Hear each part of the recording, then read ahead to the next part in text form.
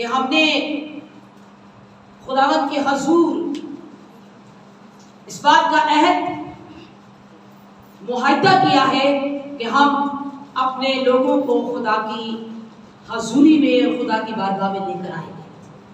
वो लोग जो भटक चुके हैं, वो लोग जिनको खुदा का नहीं पता, या वो लोग जिनको पता भी है और उसके बावजूद भी खुदा के करीब नहीं आते। देखिए, बपतिस्मा एक ऐसी चीज है जिससे हम मसीह होने का इकरार करते हैं। अब बपतिस्मा अगर हम नहीं लेते तो ना तो हम अपनी कलीसिया के मेंबर हैं और ना ही हम मसीह का बदन हैं। जिस चर्च में आकर हम रफाकत रखते हैं, हम उस रफाकत में शरीक नहीं, क्योंकि हमने बपतिस्मा नहीं लिया, हमने मसीह को कबूल नहीं किया और हम उस रफाकत का हिस्सा नहीं। हालेलुया। लेकिन देखिए, कभी कभी हम अपनी गलतियों और खताओं को नहीं मानते और क्या करते हैं, कभी कभी हम खुदा को पर इल्जाम लगाते हैं और कभी कभी हम शैतान पर इल्जाम लगा देते हैं। अब ये दो ही हस्तियां मिली हुई हैं, एक आसमानी और दूसरी जमीनी। ये दो हस्तियां हैं जिन पर हम इल्जाम लगा देते हैं और कहते हैं कि इसी ने सब कुछ किया है, यानी उन्हीं पर हम ऐब लगाते हैं। हम कहते हैं कि इन्हीं की वजह से ये सब कुछ हुआ है, खुदा ना चाहता तो ऐसे ना होता, खुदा चाहता तो ऐसे हो जाता, अबलीस ना आता तो ऐसे हो जाता, अबलीस ना करता तो वैसे हो जाता। पर हम कहाँ हैं, हमारी गलती कहाँ है? लेकिन कलाम मुकद्दस के अंदर देखिए, बड़ी खूबसूरत आयत होती है आज। और सबसे पहली आयत जहां से मैं आपको समझाना चाहती हूँ, अय्यूब पर कितनी मुसीबतें आई, ये सब आप बाबा की फैन और अच्छी तरह इस कहानी से भी आप जानते हैं। लेकिन उन सब बातों में अगर हम देखें, अय्यूब की किताब उसका पहला बाब 22 आयत, इन सब बातों में लिखा है, इन सब बातों में अय्यूब ने ना तो कोई गुनाह किया। सुनिएगा, हम सब बातों में गुनाह करते हैं और हम सब बातों में दो ही बातों को कसूरवार ठहराते हैं। किसे? एक अबलीस को और दूसरा खुदा को। खुदा ने ये किया, खुदा ना करता तो ऐसा ना होता, और जो कुछ किया खुदा ने वो अच्छा किया, चाहे वो बुरा ही क्यों ना हो, हम खुदा पर इल्जाम लगा देते हैं। ऐसा है या नहीं? तो सुनिए लिखा क्या है, पहला अय्यूब 22, उन सब बातों में अय्यूब ने ना तो गुनाह किया और ना खुदा पर कोई बेजा काम का ऐब लगाया। देखिए कितनी मुसीबतें आई अय्यूब पर, शैतान ने उसे कितना तबाह किया, कितना बर्बाद किया, और उसके बावजूद भी उसने कोई इल्जाम या ऐब खुदा पर नहीं लगाया। तो अय्यूब फिर इतना अक्लमंद क्यों है? ना तो वो शैतान पर इल्जाम लगा रहा है और ना ही खुदा पर इल्जाम लगा रहा है। लेकिन इतना अक्लमंद कैसे है कि जब दोनों पर इल्जाम नहीं लगा रहा तो क्या वो अपने आप को कसूरवार ठहरा रहा है? इसका मतलब है कि वो अपनी ही गलती मान रहा है कि शायद मुझ में ही कोई खता हो। लिखा है कि इतनी मुसीबतों के बावजूद भी, उन सब हालात और बातों के बावजूद भी अय्यूब ने कोई भी ऐसा काम जिससे ठोकर लगे, बेचा काम, कोई ऐसा काम जिससे इंसान को ठोकर लग जाए। पता है आपको, खुदा ठोकर लगाने से बचाता है। हालेलुया। खुदा नहीं चाहता कि मेरे लोगों को ठोकर लगे, लेकिन ठोकर का लगना तो जरूर है। मत्ती की अंजील कहती है ठोकर का लगना तो जरूर है, पर ठोकर खाना जरूर नहीं है। ठोकर तो लग जाती है और उसका खाना जरूर नहीं। हालेलुया। इस जगह पर हम देखते हैं कि ये बंदा कितना अक्लमंद है, फहम है इसके अंदर, दानिशमंद है, और कह अपनी अकल से कह रहा है कि ना तो उसने कोई खुदा पर इल्जाम लगाया और ना ही इन बातों में उसने ठोकर खाई। तो हम क्या करते हैं, हम बातों में ठोकर खा लेते हैं, हमें ठोकर लग जाती है और खा लेते हैं। लेकिन खुदा के बंदे के अंदर ये कितनी अच्छी बात है मेरे अजीजों, हम तब ठोकर खाते हैं जब पानी हमारे सर से गुजर जाए।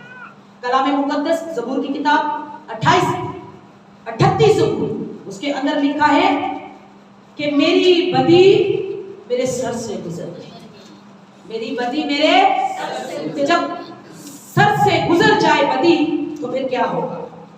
फिर कैसे हालात होंगे? जो तो पानी सिरों लग जाए तो फिर क्या होगा? फिर कोई हालात होंगे बचने के लिए? फिर कोई वजूद होगा बचने के लिए? फिर ऐसी बातें होंगी जो जिससे इंसान बचाया जाए?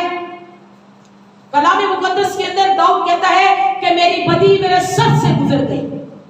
जब गुनाह सर से गुजर जाए तो फिर कोई हालात नहीं रहता। क्यों फिर हम कहते हैं कि अगर खुदा चाहता तो बात ही जाता, अगर खुदा चाहता तो ऐसे हो ही जाता?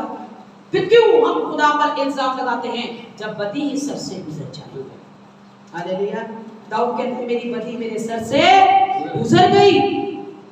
ये तो उन लोगों की बातें हैं।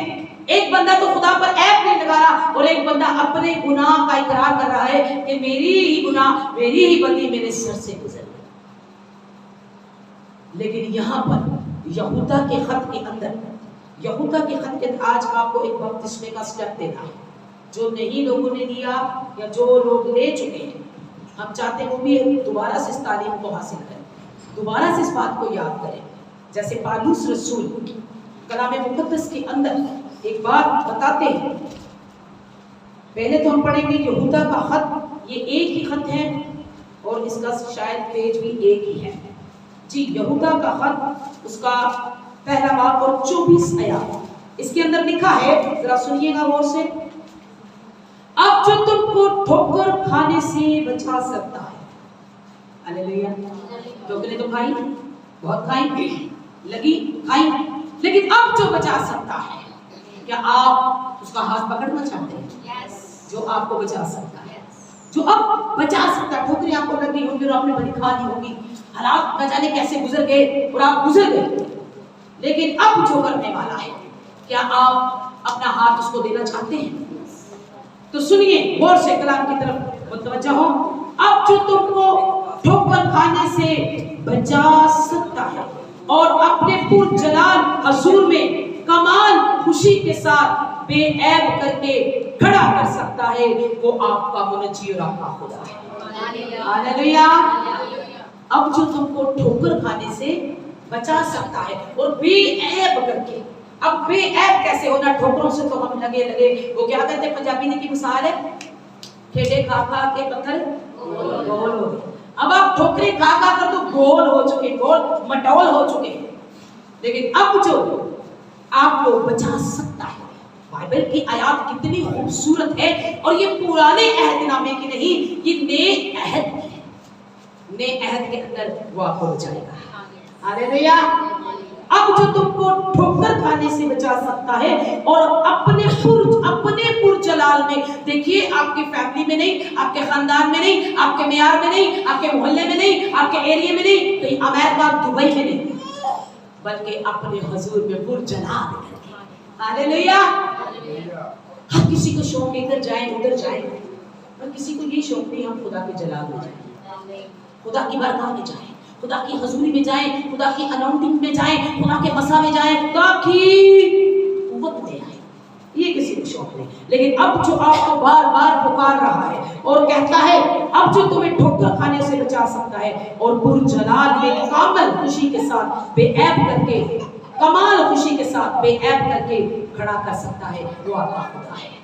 आप गिर चुके हो, आप बोल हो चुके हो, लेकिन अपने खुदावन को खुदा का बेटा मुनज्जी मान लीजिए और उसके नाम पर ईमान ले आइए और ईमान लाकर बपतिस्मा लीजिए, वो आपको पुरजलाल करके खड़ा करेगा, कमाल करके, पाक करके, साफ करके, ऐसे नहीं गंदा मंदा खड़ा कर देगा आपको। पहले तो आपको पाक करेगा, फिर आपको साफ करेगा, फिर आपको धोएगा, फिर आपको नखेरेगा, फिर आपको बनाएगा, फिर आपको अपनी बारगाह में खड़ा करेगा। लेकिन आपको क्या करना है? आपको कोई ऐब नहीं ढूंढना खुदा में। मैंने ये नहीं किया, खुदा की मर्जी, मैंने इस दफा बपतिस्मा नहीं लिया, खुदा की मर्जी, उस दफा नहीं लिया, खुदा की मर्जी, मैं तो जा रही थी बपतिस्मा लेने, मैं तो जा रहा था बपतिस्मा लेने, शैतान ने मुझे रोक दिया। चलिए, दो चीजें मिली हुई आपको, एक खुदा और एक शैतान, वो दोनों आपस में बात करते होकर देंगे। खुदा, शैतान खुदा से कहता होगा खुदा तूने जो इंसान बनाया है वो हर मुझे ही डांटता रहता है, और खुदा कहता होगा कोई बात नहीं, मुझे भी डांटने से बाज नहीं आता, मैं तो बनाने वाला हूँ, मुझ पर भी इल्जाम लगा देता है। पता है वो बात भी करते हैं, पता है आपको बाइबल से जो वाकिफ उसे पता है कि खुदा और शैतान बात भी करते हैं। हालेलुया। खुदा तो नूर में बातें करता है, किसी को चेहरा थोड़ा दिखाता है। खुदा नूर है और शैतान अंधेरा है। हालेलुया। और अंधेरा और नूर आपस में बातें करते हैं। हालेलुया। शैतान भी ईमान रखते हैं और थर थराते हैं और उनमें अमल नहीं है, उनमें खुदा की बातें नहीं है। और खुदा उनसे पता क्या कहता है? खुदा कहता है तुझे मेरे काम से, मेरे कलाम से क्या मतलब? बता। बाइबल के अंदर है, पुराने दिनामे के अंदर खुदा ने शैतान से कहा तुझे मेरे कलाम से क्या फायदा? क्या तू तो अमल ही नहीं करता, क्यों बात कुछ करता है? तो यहाँ पर हमें आज सीखना है मसीह में हम शामिल कैसे होंगे, मसीह का खानदान कैसे बनेंगे। हमने बपतिस्मा ले तो लिया लेकिन हम भूल चुके हैं। लेकिन अब जो बपतिस्मा नहीं, कौन कौन है जिन्होंने नहीं लिया और जो लेकर भी आज जिनकी बदी उनके सर से गुजर गई है और वो ध्यान नहीं देते, कौन कौन है? पता है आपको किस किसने बपतिस्मा नहीं लिया? और हाथ पूरा करो, चुप के करा डारे, तो 500 रुपए जुर्माना थोड़ा बह जाए, फ्री है। किस किसने नहीं लिया? हम खुदावंद की पाक मर्जी से इसी सीजन में, और अगर खुदा की मर्जी हुई तो 21 तारीख को बपतिस्मे देंगे, इसी महीने की 21 तारीख, और मेरा ख्याल कहता है वो इतवार ही होगा। तो आप एक एक जोड़ा साथ लेकर आए जिन्होंने नहीं लिया, लेकिन उससे पहले तारीख को हासिल करें कि किस तरह से हमें मसीह में जुड़ना है और अब किस तरह से अब वो हमें बेऐब करके खड़ा करना चाहता है। पता है आपको? तो आइए सीखिए और सुनिए। कुलसियों 2:11-12, कुलसियों का खत 2:11-12 आया। जी बेटा पढ़े, किसी के पास है तो निकाले, वो पढ़े जी। कुलसियों 2, उसी में तुम्हारा ऐसा खतना हुआ, उसी में तुम्हारा ऐसा खतना हुआ जो हाथ से नहीं होता, जो हाथ से नहीं होता। पहली बात, एक ऐसा खतना है जो हाथ से होता है और वो आप सब जानते हैं, वो सब जानते हैं। हमने भी करवाते हैं, हमारे भाइयों में भी करवाते हैं। ये सब एक खतना है जो हाथ से होता है। एक खलनी का हिस्सा उतारा जाता है और उसमें क्या किया जाता है कि शरीयत में शामिल किया जाता है। अब आप समझ चुके हो, अक्लमंद हो जाओ, ठीक है जी। पढ़िए इसी आयत को। उसी में तुम्हारा ऐसा खतना हुआ जो हाथ से नहीं होता, जो हाथ से नहीं होता, यानी मसीह का खतना, यानी मसीह का खतना हाथ से, वो खतना हाथ से होता है लेकिन मसीह का खतना हाथ से नहीं होता। मसीह का खतना कैसे होता है? हम मसीह की शरीयत में कैसे शरीक होते हैं? अभी मसीह में किस तरह से शरीक होने की बहुत गहरी बात है, ये आम बात नहीं है। इस आयत को जरा ज़हन में रखिए, ये बहुत गहरी बात है। शायद पहले आपने सुनी हो या ना सुनी, पर मैं आज आपको बताने वाली हूं। मसीह में तुम्हारा ऐसा खतना नहीं है, ऐसा खतना ना हुआ जो हाथ से नहीं होता, यानी मसीह का खतना जिससे जिस्मानी बदन उतारा जाता है। हालेलुया। पता है मसीह में इतना खतना नहीं होता, कोई खलड़ी नहीं उतारी जाती, बल्कि पूरी की पूरी चमड़ी उतारी जाती है। हालेलुया। मसीह का खतना यह है कि जब हम पानी में जाते हैं तो वो हमारा गुनाह का बदन उतर जाता है और हम नया बदन लेकर आते हैं। हालेलुया। ऐसा खतना, इसको खतना बोलो, अपने बदन को उतार देना। किस बदन को उतारना चाहता है? वो जो बेऐब है, जो दागदार है, जो बेऐब नहीं है, ऐबदार है, जो गुनाह में है, जो गुनाह में बंध रहा है, वो उस बदन को उतारना चाहता है। और क्या लिखा है कि मसीह यीशु का खतना जिससे जिस्मानी बदन उतारा जाता है और उसी के साथ बपतिस्मे में दफन हुए और उसी में खुदा की कुव्वत पर ईमान लाकर जिसने उसे मुर्दों में से जगाया उसके साथ फिर जी उठेंगे। हालेलुया। हमें आज अगर हमारा खतना किसी को पूछे आपसे तो कहिए पूरे बदन की खलड़ी उतार। हालेलुया। बदन की खलड़ी का हिस्सा नहीं उतारना, उससे क्या फर्क पड़ेगा? पूरे बदन की खलड़ी को उतारो ताकि तुम पूरे को पूरे पाक हो जाओ। हालेलुया। ये हमारा बपतिस्मा है। पूरे बदन को उतारने का ये हमारा खतना है। इसको याद रखिए ताकि खुदावन हमें उस बपतिस्मे के अंदर मजबूत करे। और अगर हम उसमें दफन होंगे, बपतिस्मे में दफन होंगे, तो यीशु मसीह में जी उठेंगे। हालेलुया। सुन रहे, ये गहरी बातें हैं, ये गहरी बातें हैं। और आगे हम देखेंगे गलातियों 5 पहली आयत, गलातियों 5 पहली, फिर उसके बाद 19 पढ़ेंगे। पहले पहली आयत से। जी बेटा जी, गलातियों 5 और उसकी पहली आयत। जी बेटा। मसीह ने हमें आजाद रहने के लिए आजाद किया है। मसीह में हमें आजाद रहने के लिए आजाद किया है। जब आप बपतिस्मा ले लेते हैं और आप मसीह का इकरार कर लेते हैं और आप मसीह पर ईमान ले आते हैं, तो फिर आप मसीह में आजाद हो जाते हैं, फिर आप गुलाम नहीं रहते। तो क्या लिखा है जी मसीह में? बस कायम रहो, बस कायम रहो जी, और दोबारा गुलामी के जुए से ना जीतो। बस कायम रहो और दोबारा गुलामी के जुए को ना जीतो। बार बार गुलामी को क्यों पकड़ते हो? बार बार गुलामी में क्यों जाते हो? तुमने तो बपतिस्मा लिया, तुमने तो गुनाह का इकरार किया, तुमने तो खुदा को पहन लिया, तुम तो खुदा में शामिल हो गए, तुमने तो खुदा के साथ अहद किया, और जब अहद किया तो तुमने सब कुछ खुदा को दे दिया, और जब सब कुछ खुदा को दे दिया तो फिर क्यों बार बार जुए जीत रहे हो? फिर क्यों बार बार गुनाह के जुओं में जा रहे हो? फिर उसी को क्यों बार बार जीत रहे हो? तुम नेकी को क्यों नहीं जीतते? तुम हलीमी को क्यों नहीं जीतते? तुम रूहों को बचाकर खुदा की हजूर में क्यों नहीं लेकर आते? लिखा ये पौलुस रसूल क्या कह रहे हैं? पढ़े बेटा इसी आयत को, इसी आयत को पढ़े। मसीह ने हमें आजाद रहने के लिए आजाद किया है। मसीह ने हमें आजाद रहने के लिए, ताकि हम फिर इब्लीस के गुलाम ना बने। जी पढ़े। बस कायम रहो, बस कायम रहो, मजबूत रहो। बहुत सी चीजें तुम्हारे पास आएंगी, बहुत सी चीजें तुम्हारे करीब आएंगी, बहुत सी चीजें तुम्हें फिसलाएंगी, तुम्हें धोखा देंगी, फरेब देंगी, पर तुम क्या रहो? कायम रहो, ताकि गुलामी के जुओं को ना जीतो। गुलामी के जुओं को क्यों जीतते हो? बहुत शौक है लोगों को जीतने का, हम ये जीत लें, हम वो जीत लें। पता है क्यों? क्यों इस जिस्म को खुदा उतारना चाहता है? क्यों इस जिस्म का खतरा करना चाहता है? क्यों हमारी बदन की खिलड़ी को उतारना चाहता है? पता है क्यों? बताइए क्यों? 19 आयत बता रहे बेटा, 19 आयत इसी चैप्टर की, गलातियों 19। जी क्यों? तो सुनिए गौर से। अगर आप सुनना चाहते हैं तो मैं कलाम को बढ़ाऊंगी, अगर नहीं सुनना चाहते तो मैं इसको घटा दूंगी, बंद कर दूंगी, ठीक है? लेकिन अगर आप शौक से सुनना चाहते हैं इन बातों को तो मैं बोलती जाऊंगी। जी बेटा पढ़े। अब जिस्म के काम तो जाहिर अब बदन क्यों उतारना चाहता है और बदन की खिलड़ी? पौलुस रसूल ने बहुत सी बातों में ये कहा, इससे पेश कर मैं तुम्हें कह चुका हूं, जो पढ़ते हैं उनको पता है, जो खत पढ़ते हैं उनको पता है। पौलुस रसूल ने कहा इससे पेश करके मैं तुम्हें बता चुका हूं, और आज मैं भी इस बात को 1000 बार बता चुकी हूं और आज फिर बताना चाहती हूं। अब बदन क्यों है बेटा? कोई बात नहीं, नोट करते, अगर नहीं मिलता तो नोट करते जाए।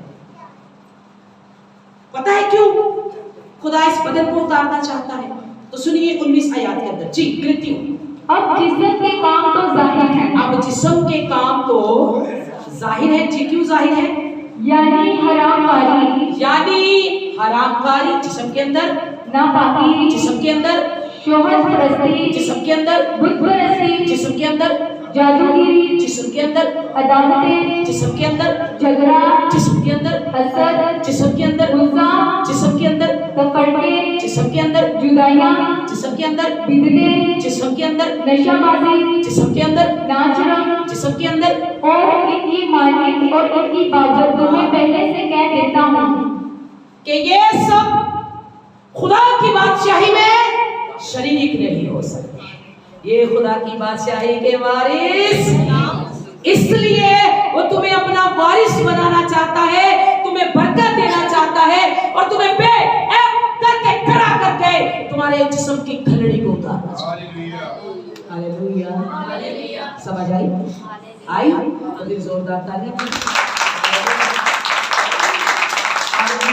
इसलिए वो बदन का खतना और जिस्म का खतना करना चाहता है। तुमने बहुत इसको खराब कर दिया, तबाह बर्बाद कर दिया। उस तबाही और बर्बादी को वो अपने हुजूर सजाना नहीं चाहता, बल्कि तुम्हें फिर से नया करके, पॉलिश करके, चमका के, धो के अपने हुजूर खड़ा करना चाहता है। हालेलुया। तुम नजर आओ चमकते दमकते। ये दो पिलर देख रहे हैं आप, ये मैंने सभी को डिजाइन किया था। ये किताब मुकद्दस के अंदर सलातीन के अंदर इसके हवाले मरकूम है। ये दो पिलर इसलिए सुलेमान ने बनाए थे ताकि जितने भी लोग हैकर के अंदर आए, ये शहर में बनाए गए थे। जब लोग अंदर एंटर हो तो सबसे पहले इन दो पिलरों पर ध्यान पड़े। हालेलुया। अपने बाप दादा का नाम नहीं लिखवाया, अपना बाप दाऊद का नाम नहीं लिखवाया, अपने दादे का नाम यसी नहीं लिखवाया, अपने परदादे के नाम उबैद नहीं लिखवाया, उससे भी आगे मुआब परदादों में से भी उसका नाम नहीं लिखवाया। लेकिन यहाँ पर क्या लिखवाया आप पढ़ सकते हैं, आपके सामने छुपा लिया। क्या लिखवाया सुलेमान ने लिखा, सुनिए क्या लिखा, पढ़ भी सकते हैं आप, पढ़े लिखे। यहोवा याकीन खुदा कायम करता है। किसी की पहचान नहीं थी, दुनिया से दूर दूर लोग आते थे, न जाने कहां से, हिंदुस्तान से, मिस्र से, पता नहीं कहां से, फ्रांस से, ईरान से, न जाने कहां से लोग आते थे। और जब लोग आते थे तो आते साथ, ये पिलर यहाँ पर छोटे वहां पर छोटे नहीं है, वहां पर बहुत बड़े बड़े हैं, और लोग आकर देखते रह जाते थे। बड़ी सोने की मीनाकारी में ये बनवाया गया था। यहोवा याकीन खुदा कायम करता है, यहोवा वाइस खुदा तरक्की देता है। हालेलुया। इस बात को याद रखें कि खुदा तरक्की देता है, खुदा कायम करता है। इसीलिए वो कहता है अब जो तुम्हें ठोकर कर, इससे पहले कि आपको ठोकर लग जाए, इससे पहले कि शायद हो सकता है ठोकर लगने वाली हो, आप अपने खुदा में आ जाइए, अपने खुदा को अपना हिस्सा बना लीजिए, अपने खुदा के अंदर शरीक हो जाइए, अपने खुदा को पहन लीजिए और अपने खुदा में और उसके खानदान में। आज मैं आप कलीसिया से सवाल करती हूँ, मुझे बताएं खुदा के खानदान के बारे में बताइए। तब तक मैं दूसरा हवाला ढूंढ लेती, आप सोचिए, टाइम को नहीं देता, मैं आपको टाइम दे रही हूँ। बताइए। बहुत दफा सभी ने मैंने बात की है। हम पहला ग्रंथियों 9:24-25, पहला ग्रंथियों 9:24-25। खुदा के खानदान में आपने बपतिस्मा लेके शामिल होना है। कहीं आप बेटा या बेटी का रिश्ता करते हैं तो आप उस पूरे खानदान का पता चलाते हैं या नहीं चलाते? चलाते ही नहीं चलाते। आप जब खुदा के मर्जी में होंगे, जब खुदा की अकल आप में काम करती होगी, और जब आप किसी बेटी या बेटे का रिश्ता करते हैं और जब आप उनका आगे पीछे से सारा बैकग्राउंड चेक नहीं करवाते तो फिर बाद में आप क्या करते हो? धोखा खाते। क्या करते हो? धोखा खाते। पहले सारा चेक करें ताकि फिर आने वाले वक्त में आपको कोई दिक्कत ना हो। अब क्या है कि आपको मसीह में शामिल होना है, उसका बपतिस्मा लेना है, तो फिर उसको चेक नहीं करना, उसको नहीं देखना, उसमें शामिल होना है तो उसका पता भी तो हो, उसका खानदान क्या है भाई, उसका काम क्या करना है, किस तरह से फिर बाद में ये जिंदगी का बसेरा करना है। ये जरूरी है या नहीं? बताइए, जरूरी है? मेरा है नहीं है ना, चलो कर लेने हो जी। नहीं, बहुत सारे लोगों ने आज इसी तरह बपतिस्मा ले लिया है जिसका कोई उनको पता ही नहीं, कोई मतलब ही नहीं। क्या मैंने बपतिस्मा लिया, मैंने उधर लिया, मैंने इधर लिया। भाई बपतिस्मे का पता भी तो है, तुमने उस गुनाह को उतार दिया, दोबारा नहीं पहनना। जो जोड़ा तुमने दुनिया में उतार दिया, अब नहीं पहनना, क्योंकि तुम्हें जोड़ा खुदा का रूह मिलने वाला है। हालेलुया। वो अपना जोड़ा देगा तुम्हें, दुनिया में जोड़ा उतार दे, तुम जोड़ो। पढ़िए बेटा, खुदा का खानदान, इससे पहले कि मैं भूल जाऊं मैं बता दूं, खुदा का खानदान में शामिल है मूसा, एलिया, इब्राहिम, इसहाक, याकूब के 12 कबीले, यूहन्ना, पतरस, ये सब खुदा यीशु मसीह का कुंबा है। हालेलुया। और ये मसीह का खानदान है जिसमें आपको भी शामिल होना। आप चाहते हैं कि आप भी उसी खानदान में शामिल हो जिसमें मूसा शामिल है, जिसमें इब्राहिम शामिल है, जिसमें एलिया शामिल है, और जिसमें तमाम अंबिया, रसूल और तमाम मुकद्दसीन औरतें, हमारी मुकद्दसा मरियम भी शामिल है। हालेलुया। क्या आप उसका हिस्सा बनना चाहते हैं? तो फिर मसीह में दाखिल हो, मसीह में बढ़े, मसीह में बपतिस्मा ले, तौबा करे और उसको पहले उसमें शामिल हो जाए। जितनों ने बपतिस्मा लिया वो मसीह में शामिल होंगे। हालेलुया। तो आइए पहला ग्रंथियों 9 और उसकी 24 और 25 आयत। जी बेटा, क्या तुम नहीं जानते क्या तुम नहीं जानते, क्या तुम नहीं जानते कि दौड़ में दौड़ने वाले हाँ? दौड़ते तो सब ही हैं, दौड़ में दौड़ने वाले तो सभी दौड़ते हैं। दौड़ने वाले तो दौड़ में सभी दौड़ते। कितने दौड़ वाले होते हैं? पहलवान भी होते हैं, उसके साथ और भी होते हैं कि इकल्ला ही पहलवान दौड़ता रहता है। अगर वो अकेला दौड़ेगा तो फिर किसके साथ उसकी शर्त होगी, उसकी रेस किसके साथ लगी होगी? हाँ, दौड़ने वाले तो क्या तुम नहीं जानते, दौड़ने वाले तो सभी दौड़ते हैं जी, मगर इनाम एक ही ले जाता है। लेकिन इनाम एक ही को मिलता है। Hallelujah, hallelujah. इनाम एक ही को मिलता है। तो हमने दौड़ना है, इनाम को हासिल करना है। इनाम क्या है पता है आपको? इनाम क्या है? खुदा का रूह कुदस, हालेलुया, खुदा का पाक मसा, खुदा का रूह, ये इनाम है जी। दौड़ने वाले तो सभी दौड़ते हैं, इनाम एक ही को मिलता है। आगे, तुम भी ऐसे ही दौड़ो, तुम भी ऐसे ही दौड़ो ताकि जीतो। ताकि जीतो, हारो नहीं। ऐसी दौड़ना कि तुम हार जाओ, थक जाओ, वापस क्या बात, नहीं दौड़ेंगे, चला नहीं जाता, थक के, घुटनों में ताकत नहीं, घुटनों में ताकत नहीं, चावल कम खाने थे, परहेज कर लेना। परहेज क्यों नहीं किया? दौड़ो, खुदा का कलाम कहते हैं दौड़ो, दौड़ो। क्या लिखा बेटा, पढ़ो। तुम भी ऐसे ही दौड़ो, तुम ही ऐसे ही दौड़ो, दौड़ो ताकि क्या करो? हारो, जीतो। हार के घर में आ जाओ, थकेले, अकेले, थके हुए नहीं। शैतान जितना मर्जी जोर लगाए तुम्हें थकना नहीं। हालेलुया, तुम्हें हिम्मत नहीं हारनी। वो सभी गीत गाते हैं ना, थके से हौसले घबराना नहीं। गहरी गहरी घाटियां, खुदा की घाटियां बहुत गहरी हैं, बहुत गहरी गहरी घाटियां, डर जाना नहीं। उखड़े उखड़े से कदम रुक जाना नहीं। जो ज्यादा जिस्म के भारी हैं वो थक जाता है। हालेलुया, आपको कौन ताकत देगा? आपको खुदा ताकत देगा। आप जवानों से भी ज्यादा दौड़ेंगे।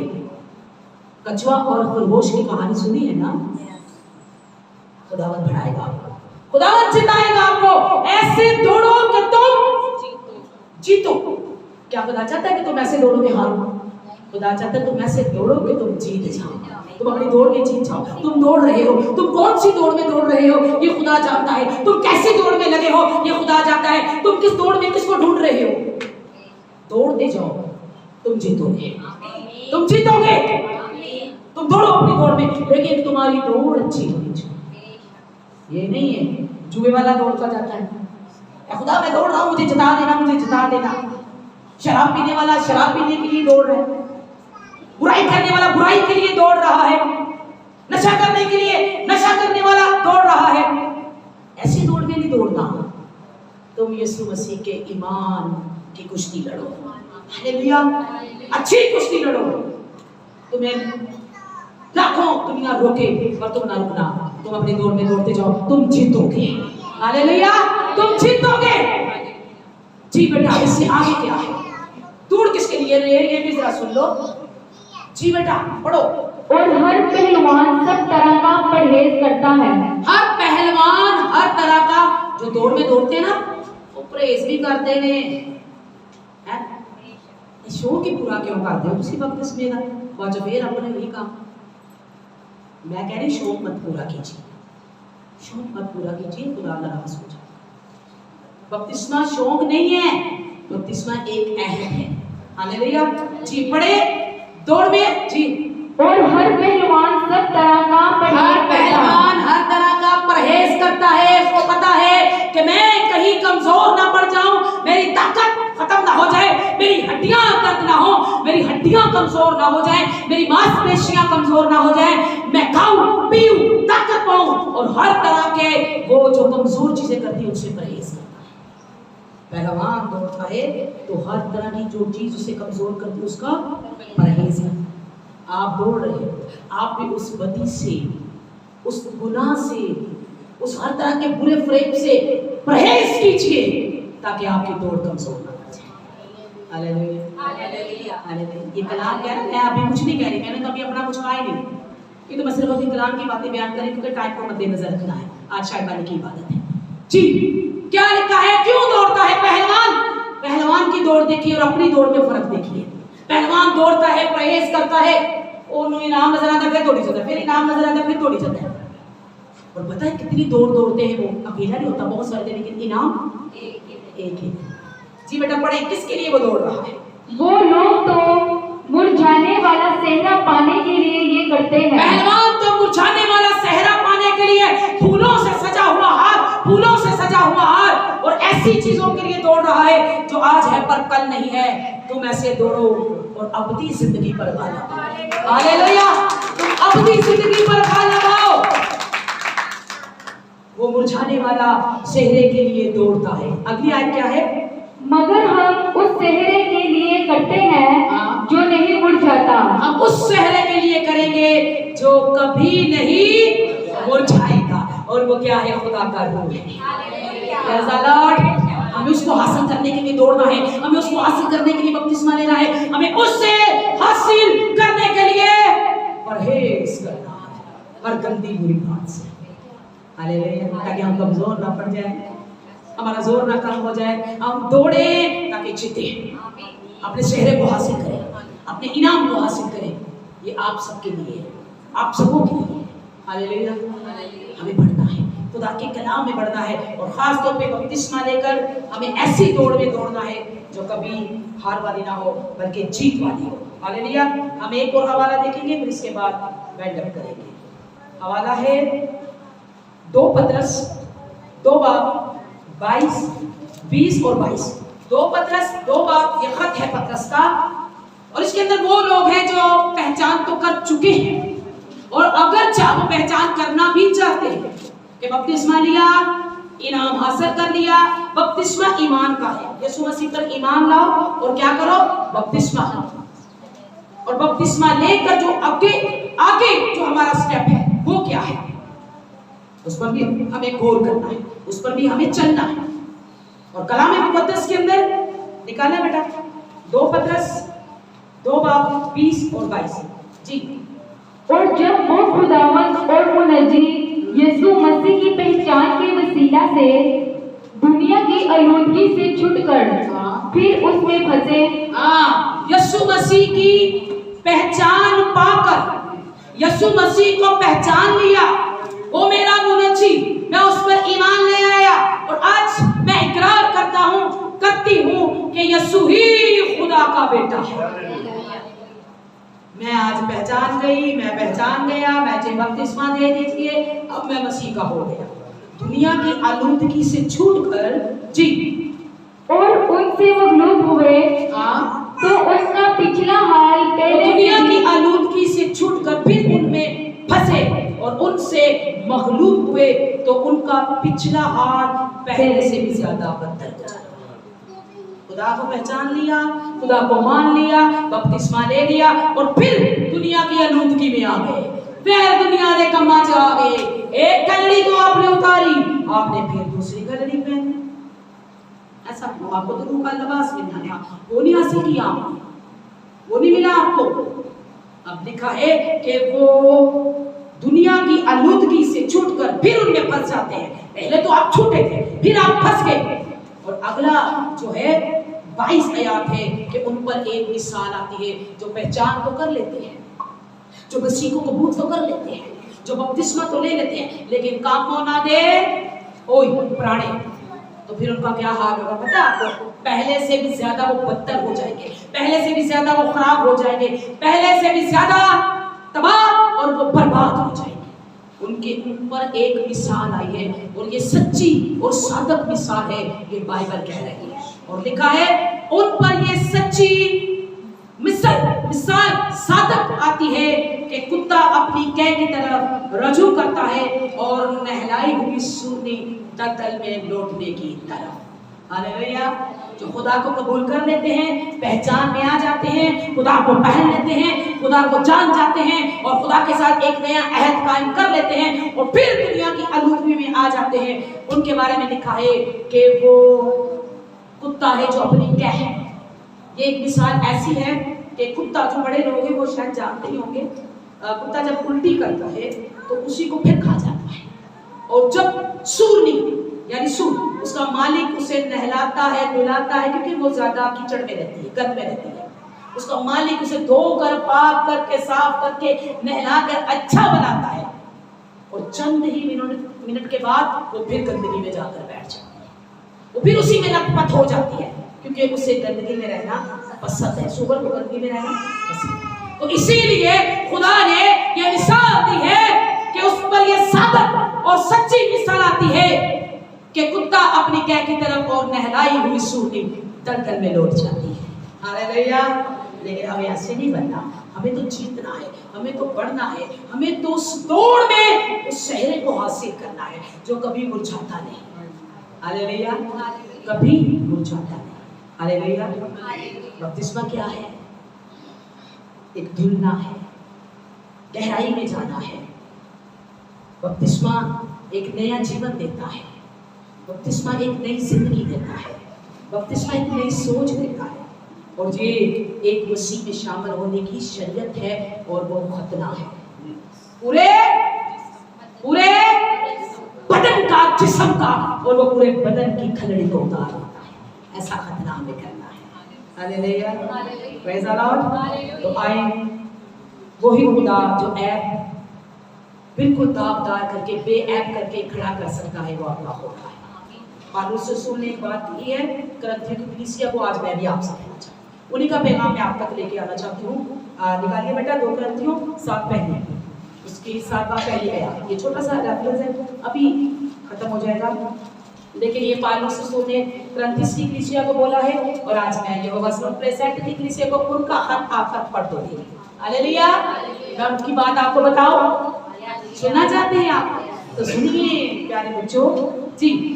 बस ए अजीजों, चूंकि हमसे ऐसे वादे किए गए हैं, आपसे और मुझसे ऐसे वादे किए गए हैं। कभी बातों का पता है कि खुदा ने आपके साथ क्या किया है? खुदा यीशु मसीह ने क्या कहा? मैं जिंदगी का नूर हूँ, और जो कोई मेरे पीछे चलेगा वो नूर में चलेगा। यीशु मसीह ने कहा राह, हक और जिंदगी मैं हूँ, और जो कोई मुझसे खाएगा वो जिंदगी पाएगा, जिंदगी की रोटी मैं हूँ। ये सब बातें हैं। मैं जाता हूँ और तुम्हारे लिए ये वादा नहीं है। तुमने मुझसे मोहब्बत रखी तो तुम भी एक दूसरे से मोहब्बत रखो। मैंने अपनी स्लीप खाई तो भी अपनी स्लीप, क्या ये वादे नहीं? ये वादे नहीं। सुनिए पौलुस रसूल आज आपको बता रहा है, बस ऐ अजीजों, क्योंकि हम ऐसे वादे, हमसे ऐसे वादे किए गए हैं, आओ हम अपने आप को हर तरह के जिस्मानी और रूहानी आलूदगी से पाक करें। हालेलुया। देखिए वो मैसेज दे रहे हैं, उनकी बात पर गौर कीजिएगा। आओ अपने आप को हर तरह की जिस्मानी रूहानी आलूदगी से पाक करें, और खुदा के खौफ के साथ पाकीज़गी को कमाल तक पहुंचाएं। हालेलुया। खुदा के खौफ के साथ और पाकीज़गी के साथ। देखिए दो बातें हैं, दो बातें, लेकिन दो बातें आप कहाँ पर रखते हैं? इससे पहले कि पानी सर से गुजर जाए तो फिर क्या खून आए, क्या हुआ? सॉरी, क्या हुआ? पानी सर से गुजर गया, उससे पहले गौर कर लो। अभी तो पानी यहाँ यहाँ तक है, यहाँ से गया तो फिर सब कुछ गया। हालेलुया। पौलुस रसूल कहते हैं कि तमाम आलूदगी से, हर तरह की आलूदगी से अपने आप को क्या करो? पाक करो। अपने आप को पाक करो, और खुदा का खौफ पहली बात, और पाकीज़गी दूसरी बात। दो बातों पर ध्यान दो, खुदा ने किया, शैतान ने किया। बल्कि इन दो बातों पर ध्यान दो कि पौलुस रसूल ने अपने खत के अंदर हमें बताया है कि तुम खुदा के खौफ और पाकीज़गी के साथ खुदा के तक पहुंचो। हालेलुया। खुदा तक पहुंचो कमाल होकर। हालेलुया। अब बपतिस्मा कौन कौन लेगा? चलो अब क्या हो गया? मैंने ये कह दिया, आगे हाथ भी तो इतनी गहराई की बातें बता दी हैं, अब और क्या करें? सैमिया आप एक और गहराई की बात, हम जब तक बपतिस्मे नहीं लेंगे, हम रूह और बपतिस्मे पर बात करेंगे। जुमे को भी कलाम रूह पर ही होगा। हालेलुया। हालेलुया। रूह के लिए जोरदार तालियां। जी, तो कौन शामिल होना चाहता है? कौन अपने बदन की खलड़ी ही पूरा होना चाहता है? Praise the Lord. अपने आप को तैयार कीजिए और कहिए खुदा मैं अपने आप को तेरे आगे उठे उठता हूँ। सो आए अपने सर को झुकाएं, आंखों को बंद करें। हालेलुया। अपनी आंखों को बंद करें, हम आपके लिए दुआ करें।